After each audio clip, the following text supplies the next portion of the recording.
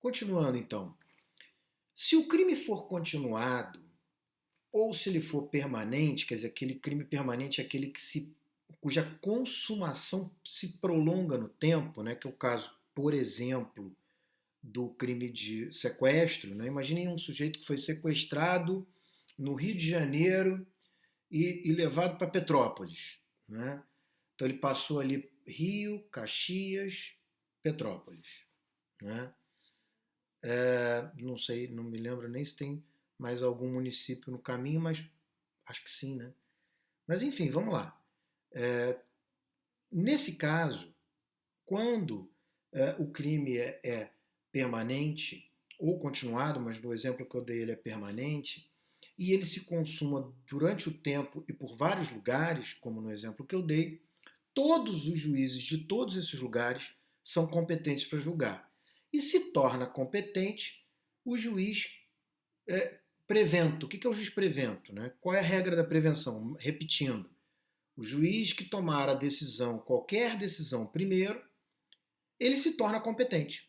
Né? Então, o primeiro juiz que tomar uma decisão, ele será considerado competente para julgar aquele fato, excluindo a competência dos demais. Então, se o primeiro a falar for o de Petrópolis, exclui a competência do Rio de Caxias. Se o primeiro a falar for o do Rio, exclui a competência de Petrópolis ou de Duque de Caxias. Essa regra que eu acabei de anunciar está no artigo 71 do Código de Processo Penal. Outra questão importante é se não for possível determinar o lugar do crime.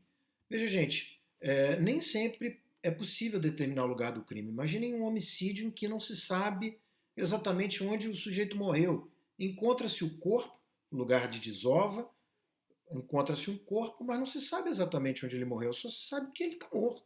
Né? Encontrou-se o corpo já sem um corpo, cadáver, né? Portanto, é uma pessoa sem vida, não havendo nenhum sinal de que a violência tenha sido praticada no local em que o corpo foi encontrado.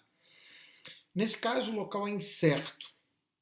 Então, nós não podemos determinar a competência de foro pelo lugar do crime, porque não sabemos o lugar do crime.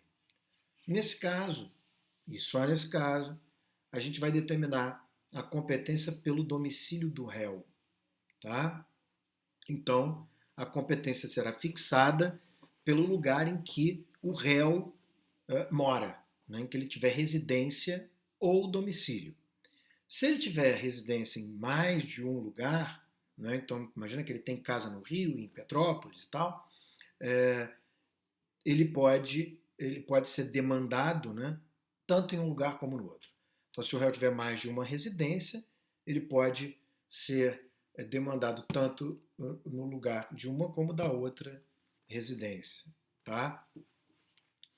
Se ele não tiver residência nenhuma, vai ser competente o juiz que tomar conhecimento da causa em primeiro lugar.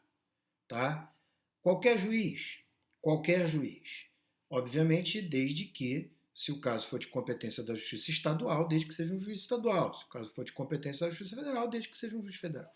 Mas aquele que tomar conhecimento, né, tomar alguma decisão em primeiro lugar. E por fim, se o crime for de ação penal privada, desde que seja de exclusiva ação privada, isso não se aplica para os casos de ação penal privada subsidiária. Né? Então, se o crime for de exclusiva ação privada, o autor da ação, a vítima, o querelante, né, aquele que propõe a queixa-crime, ele pode escolher se ele quer propor a ação no domicílio do réu ou se ele quer propor a ação no lugar do crime. Tá? Ele não pode escolher o domicílio dele, que é o autor da ação. Ele pode escolher o domicílio do réu ou ele pode escolher o lugar em que o crime se consumou, mas ele não pode escolher o dele. Ele tem escolha, mas a escolha é entre o lugar em que o crime teve a sua consumação e o lugar em que o réu reside. Tá? Qualquer um dos dois é competente e o querelante tem a opção de escolha. Ok? Muito bem.